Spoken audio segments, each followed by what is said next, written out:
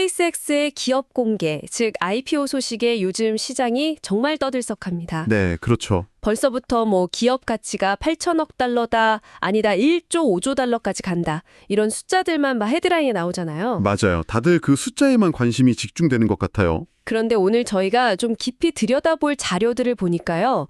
이 숫자 너머에 훨씬 더 근본적인 질문이 숨어 있더라고요.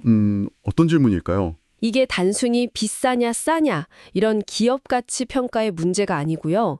스페이스X라는 회사의 정체성 그리고 미래의 방향성에 대한 거의 뭐랄까 철학적인 질문에 가깝다는 생각이 들었습니다. 아주 정확한 지적이십니다. 사실 이번 분석의 진짜 핵심이 바로 그거거든요.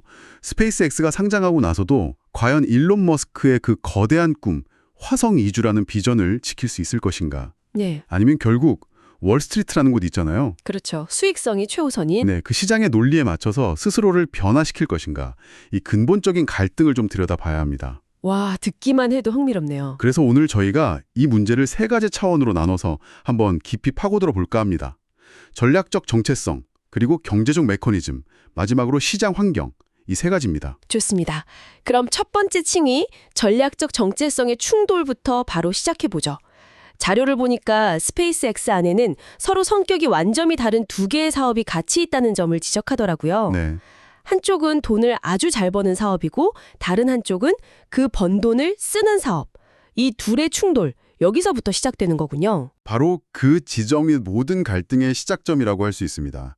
먼저 돈을 버는 사업, 그러니까 우리가 흔히 말하는 캐시카우로서의 스타링크를 좀 보죠. 네, 스타링크. 자료에 따르면요, 2025년 기준으로 이미 9,000개가 넘는 위성을 지구 저궤도에 쫙 깔았어요. 9,000개요. 와, 정말 많네요. 그렇죠. 그리고 전 세계 가입자도 벌써 800만 명을 확보했습니다. 아, 이건 이제 더 이상 기술을 테스트한다거나 미래의 가능성을 본다거나 이런 단계가 전혀 아니라는 겁니다. 이미 현실이군요. 네, 이미 현실에서 막대한 현금을 만들어내고 있는 거대한 글로벌 통신 유틸리티 기업으로 완전히 자리를 잡은 거죠.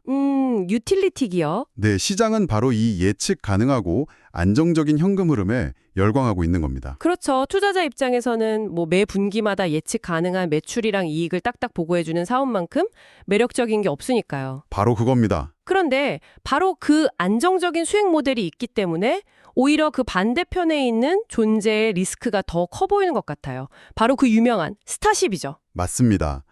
자료에서 스타쉽을 지칭하는 표현이 아주 명확하고 좀 무섭기까지 하죠.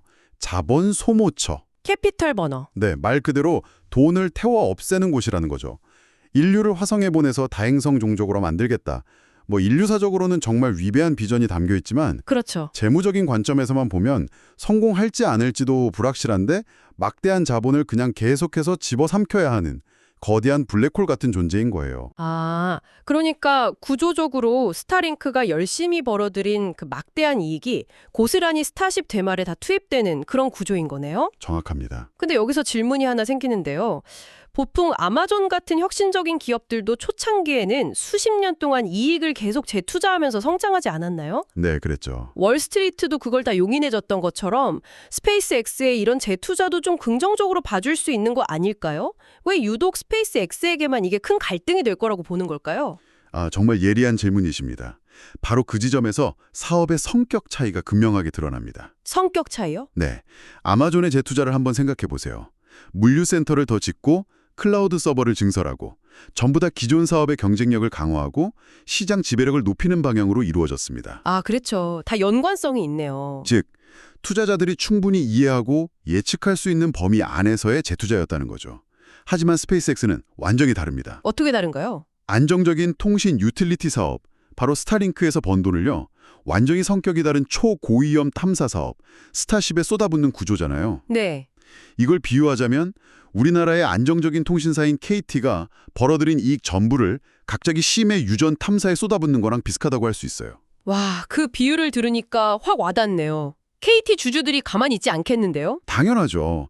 유틸리티 주식에 투자한 주주들은 안정적인 배당을 원하지 이런 엄청난 모험을 원하지 않거든요. 아, 사업 모델 간의 이질성, 그게 핵심이군요. 투자자들은 스타링크의 그 안정적인 가치를 보고 투자를 했는데 정작 내 돈이 전혀 다른 리스크를 가진 미지의 사업으로 흘러 들어가는 걸 원하지 않을 거라는 말씀이시군요. 바로 그겁니다.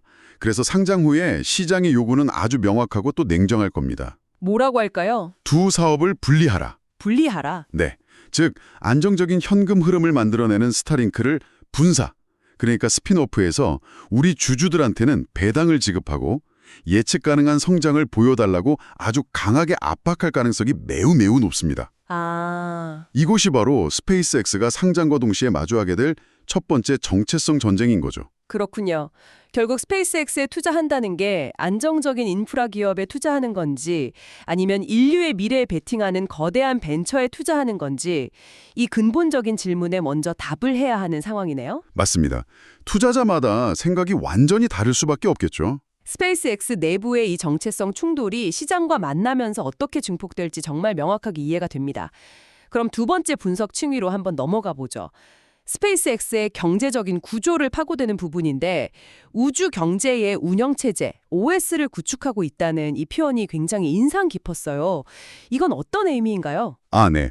이 개념을 이해하시려면 스페이스X의 아주 극단적인 수직 계열화 전략을 먼저 보셔야 합니다. 수직 계열화요? 네. 보통의 우주산업 생태계를 보면요. 다 분업화가 되어 있습니다. 로켓을 만드는 회사가 따로 있고 위성을 제작하는 회사가 또 따로 있고 그 위성으로 통신 서비스를 제공하는 회사가 모두 다르죠. 네, 그게 일반적이죠. 하지만 스페이스X는 발사체인 펠컨과 스타쉽, 위성 제조 공장, 그리고 스탈링크라는 통신 서비스망까지 이 모든 밸류 체인을 자기 혼자서 다 가지고 있어요. 와, 혼자서 다요? 오, 그거 마치 스마트폰으로 치면 AP칩 같은 핵심 부품 설계부터 하드웨어 조립, 그리고 iOS 같은 운영체제, 심지어 통신망까지 한 회사가 전부 다 하는 애플의 방식하고도 좀 비슷해 보이네요? 완벽한 비유입니다. 바로 그거예요. 그리고 그 결과는 애플이 그랬던 것처럼 압도적인 비용 경쟁력으로 나타납니다. 비용 경쟁력이요? 네. 로켓을 재사용해서 발사 비용을 10분의 1 이하로 확 낮추고요. 그 싸질 로켓으로 자기가 대량 생산한 위성을 또 저렴하게 쏘아 올리죠. 아, 선순환 구조네요. 그리고 그 위성망으로 직접 통신 서비스를 제공해서 수익을 얻습니다. 이 폐쇄적인 선순환 구조는 다른 어떤 경쟁사도 감히 넘볼 수 없는 아주 강력한 경제적 해자, 즉 모트가 되는 겁니다. 와, 정말 대단하네요. 그런데 분석은 여기서 한 걸음 더 나아갑니다. 더요? 네, 바로 그 우주 데이터 센터라는 개념이 여기서 등장을 하는데요. 이게 현재 AI 혁명과도 아주 깊은 관련이 있다고 하니까 더욱더 흥미롭더라고요. 바로 이 지점이 스페이스X의 미래 가치를 완전히 다른 차원으로 끌어올리는 부분이라고 할 수 있습니다. 데이터 센터를 우주에요? 네, 지금 우리가 사용하는 모든 데이터 센터는 당연히 지상에 있잖아요. 그렇죠. 토지 비용도 들고 막대한 전력도 써야 하고 냉각 문제도 있고요. 그리고 무엇보다 각국 정부의 데이터 주권 규제로부터 자유로울 수가 없죠. 맞아요. 데이터는 국경을 넘기 힘드니까요. 그런데 만약에 이 데이터 센터를 수천 개의 위성으로 구성된 저궤도 우주 공간에 분산해서 구축한다면 어떨까요? 굉장히 미래적인 비전이긴 한데 솔직히 한편으로는 너무 공상과학처럼 들리기도 해요. 아직 지상에도 해결해야 할 데이터 센터 문제가 산더미인데 굳이 그 막대한 비용을 들여서 우주에 지어야 할 기술적, 경제적 타당성이 정말 충분할까요? 뭐 발열이나 유지보수 같은 문제는 또 어떻게 하고요? 물론입니다. 해결해야 할 기술적인 난제들이 아직 많죠. 하지만 그 경제적 그리고 전략적인 가치는 정말 상상을 초월할 수 있습니다. 어떤 점에서요? 지상의 모든 제약으로부터 완벽하게 벗어난 특정 국가의 정치적인 통제나 물리적인 공격으로부터 안전한 글로벌 연산 자원을 독점하게 되는 겁니다. 아, 예를 들어서 어떤 특정 국가가 자국 내 데이터 센터 접근을 갑자기 차단하더라도 스페이스X의 우주 데이터 센터는 전혀 영향을 받지 않는 거죠. 와, 그건 정말 엄청난데요? 지정학적 리스크에서 자유로워지는 거네요. 바로 그겁니다. 이는 스페이스X를 더 이상 단순한 우주 기업이 아니라 아마존의 AWS나 마이크로소프트의 애저와 경쟁하는 우주 기반의 테크 자이언트로 재정의하게 만드는 개념입니다. 우주 기반의 테크 자이언트. 네. 우주라는 새로운 영토에 데이터 인프라를 독점하는 기업이 되는 거죠. 듣고 보니 그 파급력이 정말 엄청나겠네요. 그래서인지 기업 가치를 평가하는 방식도 좀 역설적이라는 평가가 나오는군요. 현재 거론되는 매출 대비 주가 배수 PS 멀티플이 50배가 넘는다면서요. 그렇습니다. 이게 얼마나 높은 수치냐면요. 네, 비교를 좀 해주세요. 보잉이나 록히드 마틴 같은 전통적인 항공우주 몇 방산 기업들의 배수가 보통 1.5배에서 3배 사이입니다. 1.5배에서 3배인데 50배요? 와, 이건 뭐 같은 산업군으로 분류하는 게 의미가 없을 정도로 차이인데요. 그렇죠. 이것이 시사하는 바는 아주 명확합니다. 월스트리트는 스페이스X를 더 이상 로켓을 만드는 제조업체나 화물을 실어나려는 운송업체로 보지 않는다는 겁니다. 아, 그러니까 스페이스X에 투자한다는 건 로켓 회사에 투자하는 게 아니라 우주라는 새로운 대륙에 통신과 데이터를 독점할 인프라 플랫폼 기업에 투자하는 것과 같다는 말씀이시군요. 밸류에이션에 이미 그런 미래가 전부 다 반영이 되어 있다는 거고요. 정확합니다. 시장은 이미 스페이스X를 미래 우주 경제의 OS로 보고 그 가격을 매기고 있는 겁니다. 알겠습니다. 스페이스X가 스스로를 우주 데이터 플랫폼으로 정의하고 또 시장도 그렇게 평가하고 있다는 점은 이제 이해가 됐습니다. 하지만 이런 내부적인 정체성이나 높은 평가는 굉장히 변덕스러운 실제 시장과 만났을 때도 그대로 유지가 될 수 있을까요? 2020년 IPO 시점의 거시 환경이라는 세 번째 칭의를 한번 살펴보죠. 네. 우선 당시의 시장 환경이 아주 중요하게 작용할 겁니다. 그렇죠. 타이밍이 중요하니까. 자료에 따르면요. 2024년과 2025년은 대형 IPO가 굉장히 드문 일종의 IPO 가뭄 시기였습니다. 아, 그랬었죠. 이런 상황에서 등장하는 스페이스X는 시장에 풀린 그 막대한 유동성을 그냥 한 번에 다 빨아들일 수 있는 거의 유일무이한 거물급 주자라고 할 수 있습니다. 와, 완전 대어의 등장이네요. 네, 즉 기관 투자자들의 투자 갈증이 거의 극에 달해 있다는 점, 이 점은 상장 흥행에 매우 긍정적인 요소로 작용할 수 있습니다. 뭐랄까, 사고 싶어서 줄 서 있는 사람이 너무 많은 셈이죠. 수요는 확실하다는 거군요. 그런데 항상 그림자처럼 따라붙는 일론 머스크라는 인물 자체의 리스크는 어떻게 봐야 할까요? 그의 그 예측 불가능한 향보가 오히려 발목을 잡을 수도 있지 않을까요? 바로 그 부분이 가장 흥미로운 양날의 검입니다. 양날의 검이요? 네. 머스크의 그 막강한 정치적 개인적 영향력은 미국 항공우주국 나사의 아르테미스 달 탐사 프로젝트처럼 수십억 달러 규모의 대형 정부 계약을 따내는 데는 분명히 압도적으로 유리하게 작용합니다. 그렇죠. 무시할 수 없는 힘이죠. 네, 아무도 무시할 수 없는 아주 강력한 협상력을 가지고 있죠.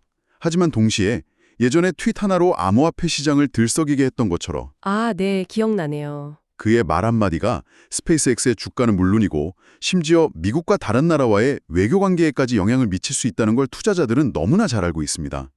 이런 오너 리스크는 상장 기업으로서는 상당한 부담이죠. 그렇군요. 득이 되기도 하지만 언제 터질지 모르는 폭탄 같기도 하고 참 평가하기 어렵네요. 맞습니다. 그리고 자료에서는 스페이스X의 상장이 단순히 한 기업의 이벤트를 넘어서 우주산업 전체에 아주 큰 영향을 미칠 거라고 분석하고 있네요. 우주 섹터의 북극성 역할을 하게 될 거라는 비유가 나오는데 이건 좀 더 설명이 필요할 것 같습니다. 그 비유. 아주 중요한 포인트입니다. 스페이스X의 상장은요, 말 그대로 우주산업 전체의 가치평가 기준을 새로 쓰는 사건이 될 겁니다. 기준을 새로 쓴다. 네. 예를 들어서 만약 시장이 스페이스X에 PS 50배라는 엄청난 가치를 부여하잖아요? 네. 그러면 로켓랩이나 플래넷랩스 같은 다른 상장사나 후발 주자들의 가치평가 모델도 완전히 바뀌게 됩니다. 아, 그 회사들도 덩달아 가치가 올라가겠네요. 그렇죠. 그들도 우리도 단순한 발사체 기업이 아니라 위성 데이터를 다루는 플랫폼이다라고 주장할 아주 강력한 근거가 생기는 거죠. 벤처 캐피탈이 다른 우주 스타트업에 투자할 때도 이제 스페이스X를 기준으로 삼게 될 겁니다. 그렇군요. 말 그대로 스페이스X가 밤하늘의 부국성처럼 전체 우주 섹터가 앞으로 나아갈 방향과 가치의 기준점이 되어버리는 겁니다. 자, 그럼 지금까지의 논의를 종합해볼 시간이 된 것 같습니다. 전략, 경제, 그리고 시장 환경까지 정말 다각도로 살펴봤는데요. 결국 이 모든 이야기는 자본의 논리와 비전의 논리가 갈라서는 지점, 자료에서 언급된 위대한 결별, The Great Decoupling 대한 이야기로 귀결되는 것 같습니다. 그렇습니다. 지금까지의 논의를 종합해보면 이 위대한 결별은 결국 세 가지의 다른 전선에서 동시에 벌어지는 싸움이라고 정리할 수 있을 것 같아요. 세 가지 전선이요? 첫 번째는 역시 돈 문제, 재무적인 줄다리겠군요. 스타링크가 번 돈을 화성 탐사에 계속 쏟아붓는 걸 주주들이 과연 인내할 수 있을까 하는 바로 그 질문 말이죠. 맞습니다. 안정적인 수익과 배당을 원하는 자본의 논리, 그리고 인류의 미래를 위해서 현재의 이익을 기꺼이 희생하려는 비전의 논리가 정면으로 충돌하는 지점이죠. 네. 그리고 둘째는 산업적 관점에서의 결별입니다. 산업적 관점이요? 스페이스X는 무거운 물건을 우주로 쏘아 올리는 단순한 배달부인가? 아니면 우주 인터넷 인프라를 장악한 독점적인 플랫폼 공급자인가? 아, 정체성에 대한 질문이네요. 일단 근본적인 철학적인 관점에서의 결별이겠네요. 분기별 실적 보고 단기 성과를 요구하는 월스트리트의 그 압박이 수십 년, 어쩌면 100년 단위의 거대한 시계로 움직이는 일론 머스크의 화성 정복 계획의 속도를 늦추지 않을까 하는 우려 말입니다. 바로 그겁니다. 비전의 속도와 자본의 속도가 충돌하는 지점이죠. 이렇게 정리를 하고 보니까 스페이스X IPO의 진짜 관전 포인트는 1.5조 달러라는 그 어마어마한 숫자가 아니라는 게 확실해지네요. 그렇다면 진정한 핵심은 무엇이라고 봐야 할까요? 진정한 핵심은 바로 이것입니다.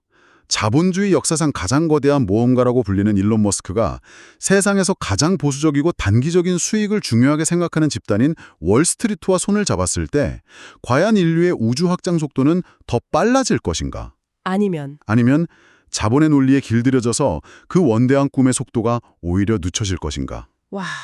우리는 지금 바로 그 거대한 실험의 서막을 지켜보고 있는 겁니다. 잠시 생각에 잠긴 후 만약에 정말로 월스트리트가 스페이스X의 그 원대한 비전을 이익이라는 잣대로 길들이는 데 성공한다면 그건 단순히 우주 탐사라는 한 분야에만 국한된 이야기는 아닐지도 모르겠다는 생각이 드네요. 그렇죠. 인류가 꿈꾸은 다른 거대하고 야심찬 장기 프로젝트들, 예를 들면 핵융합 발전이라던가 아니면 진짜 인공지능 연구 같은 그런 분야들의 미래에는 과연 어떤 의미를 갖게 될까요? 이 질문을 여러분께 남겨드리면서 오늘 분석을 마무리할까 합니다. 아주 의미 있는 질문인 것 같습니다. 항상 여러분의 성공 투자를 기원합니다. 내용이 좋으셨다면 구독, 좋아요 부탁합니다.